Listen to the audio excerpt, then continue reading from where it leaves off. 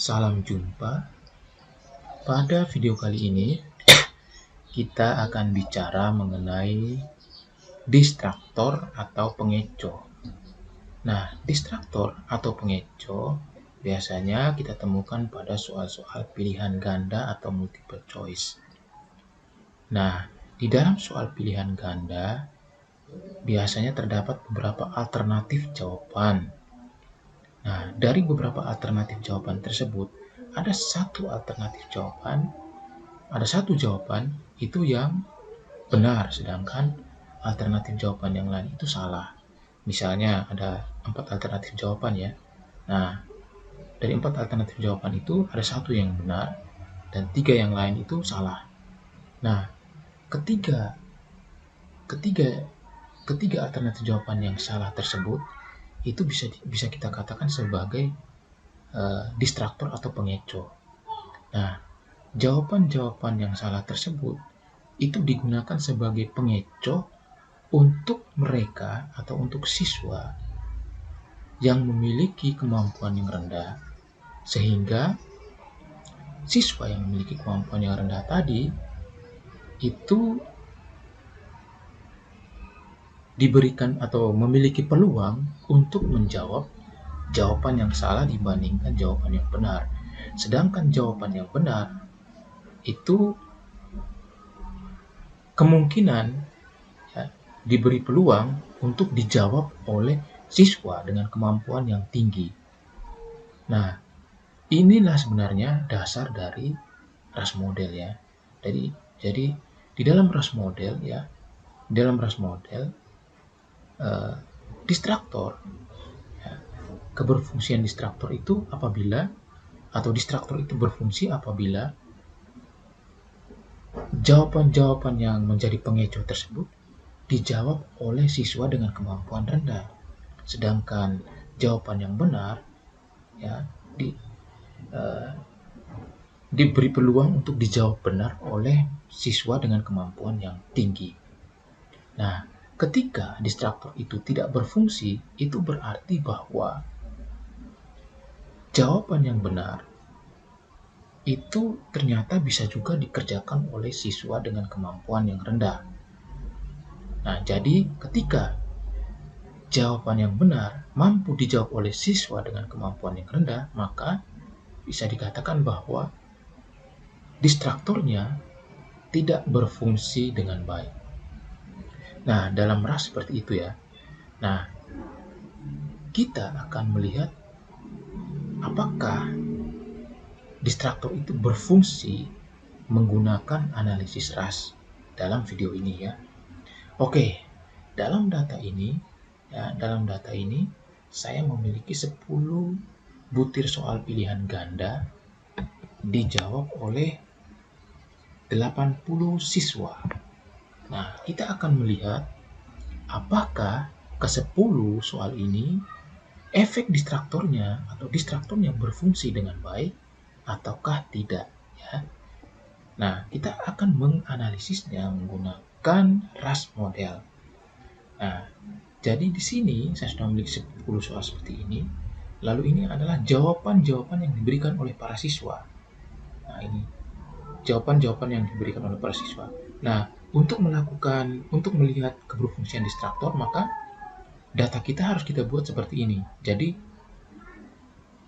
jawaban dari tiap siswa ya, kita masukkan ke sini. Jadi kita tidak menggunakan model misalnya kalau dia jawab benar kita berikan nilai 1, dia jawab salah kita berikan nilai 0. Tidak seperti itu ya. Tapi untuk melihat keberfungsian distraktor kita langsung mengambil data dari jawaban siswa. Misalnya siswa nomor 1 ini kan butir soal 1 dia jawab E gitu ya. Jadi yang kita masukkan adalah jawabannya ya. Kita masukkan ke data ini adalah jawaban dari siswa. Bukan skor yang dia dapat ya dari setiap butir, tapi jawaban dari siswa. Nah, lalu ini kan ada 10 soal. Lalu 10 soal ini sudah ada kunci jawabannya ya. Nah, ini sudah ada kunci jawabannya. Nah, ini ini saya simpan. Lalu kemudian ini saya simpan sebagai file dengan nama distraktor. lalu sudah saya impor ke WinStep, lalu output filenya keluarnya ini, yang ini, destructor ini. Nah, file destructor ini sudah dengan kunci jawabannya. Di sini sudah ada dengan kunci jawabannya. Jadi misalnya saya seret ke sini. Nah, ini teman-teman bisa lihat di sini sudah ada kunci jawabannya. Nah, ini key ya ini. Jadi nomor 1 kunci jawabannya E, nomor 2 E, nomor 3A, nomor 4A, nomor 5B, nomor 6B, nomor 7C, nomor 8E, nomor 9D, nomor 10C. Jadi ini kunci jawabannya. Jadi kunci jawabannya sudah ada teman-teman ya. Nah, sekarang tinggal saya enter saja ya. Saya enter. Oke, selesai. Nah, untuk melihat keberfungsian destruktornya, saya pilih output tables, lalu saya pilih item measure yang ini ya. Saya pilih item measure ini, saya perbesar. Lalu untuk melihat destruktornya kita ke tabel ini 13.3 destruktor ini. Kategori option destruktor frekuensi. Oke, kita akan melihat apakah semua item ini destruktornya berfungsi atau tidak. Nah, untuk melihat apakah destruktornya itu berfungsi atau tidak, biasanya di setiap soal itu kita lihatnya pada ini, pada min ini. Kita lihat pada min ini. Kalau misalnya min ini ya, dia mengalami kenaikan secara sistematis, misalnya dari sini kan, dari 1.81 lalu meningkat menjadi 2,03, meningkat menjadi 2,07, meningkat menjadi 2,33. Nah, kalau dia meningkat secara sistematis seperti itu, maka bisa dikatakan destruktornya berfungsi dengan baik. Nah, tapi sabar dulu ya, sebelum kita ke min ini, saya ingin jelaskan dulu, misalnya ini kan item B5 ya, item 5. Nah, item 5 ini, itu ternyata jawaban yang dijawab oleh siswa itu hanya D, C, E, dan B, sedangkan A itu tidak dijawab ya, jadi hanya ada 4 jawaban, yaitu D, C, E, B. Dari 4 jawaban ini, B itu adalah jawaban yang benar. Ya, B ini adalah jawaban yang benar. Nah, lalu kita ke count data. Count data ini kita lihat di sini kan ada 41, 13, 323. Ini adalah jumlah siswa yang menjawab. Misalnya D, ya. Misalnya jawaban D ini ada 41 siswa yang menjawab D. 13 siswa menjawab C, 3 siswa menjawab E, 23 siswa menjawab B. Artinya begitu banyak siswa, ada 41 siswa itu menjawab D, menjawab salah. Hanya 23 siswa yang menjawab benar. Ini. Lalu di sini kita bisa melihat min ability-nya atau min rata-rata ability dari siswa-siswa ini. Kita lihat yang jawaban D itu kan ada 41, min-nya adalah 1,81. Berarti bisa kita katakan bahwa jawaban D ini memang dijawab oleh sebagian besar itu oleh siswa dengan kemampuan rendah. Lalu meningkat menjadi 2,03. Nah, itu berarti 13 siswa yang ada di sini itu memang kemampuan mereka lebih tinggi dari siswa yang ada yang menjawab D. Lalu meningkat lagi menjadi 2,03 walaupun hanya 3 siswa meningkatkan. Nah, ini berarti 3 siswa ini kemampuannya lebih tinggi dari siswa yang menjawab C dan D. Lalu B ini kan ada B yang jawaban benar ini kan ada 23 siswa. Nah, dari 23 siswa ini min-nya adalah 2,33. Bisa dikatakan bahwa 23 siswa ini kemampuan mereka lebih tinggi dari siswa yang menjawab E, C, dan D. Nah, karena min-nya meningkat secara sistematis, maka kita bisa menyimpulkan bahwa destruktornya berfungsi dengan baik. Kita ke butir soal B. Nah, butir soal B itu semua jawaban itu dijawab ya, C, D, jadi semuanya ada. A, B, C, D, E semuanya ada. Lalu butir soal A itu adalah jawaban yang benar, sedangkan yang lain itu salah. Nah, lalu kita lihat count data ada 27 siswa yang menjawab C, 2 siswa menjawab D, 4 siswa menjawab E, 2 siswa menjawab B, 45 siswa menjawab A. Bayangkan ada 45 siswa menjawab A, artinya sebagian besar siswa itu menjawab benar. Nah, namun kita lihat di sini kita lihat tidak ada peningkatan min secara sistematis.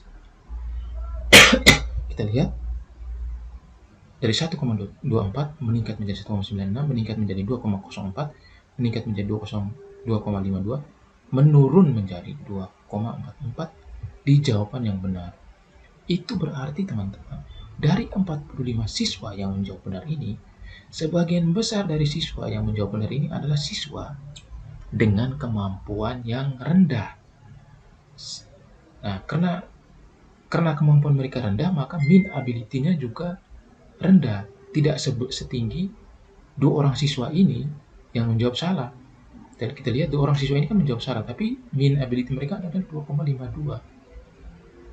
Nah, sedangkan 45 siswa kok minnya hanya 2,44, menurun. Artinya 45 siswa ini adalah sebagian besar mereka dari 45 siswa ini adalah siswa-siswa dengan kemampuan rendah.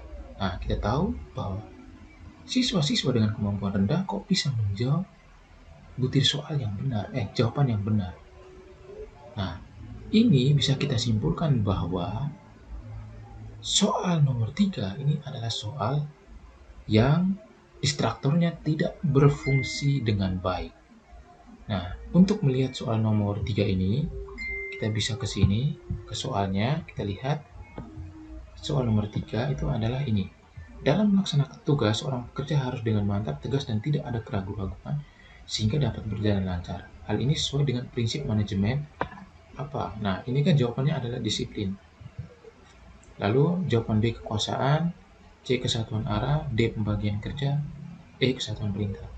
Artinya soal ini ya, ini kan jawabannya. Artinya soal ini itu mampu dijawab benar bukan hanya oleh siswa yang kemampuannya tinggi, tapi juga oleh siswa yang kemampuannya rendah, sehingga efek distraktornya tidak berfungsi dengan baik. Ya, kalau kita lihat dari hasil analisis ini, kita lihat min-nya kan tidak meningkat secara sistematisnya. Ketika ketika yang lain meningkat, tapi ketika di jawaban benar min-nya itu menurun ya. Artinya efek distraktornya tidak berfungsi dengan baik. Nah, lalu kita bisa melihat lagi di butir-butir soal yang lain. Kita lihat di butir-butir soal yang lain semua distraktornya berfungsi dengan baik. Hanya B3 ini saja, butir soal nomor 3 ini yang efek distraktornya tidak berfungsi dengan baik.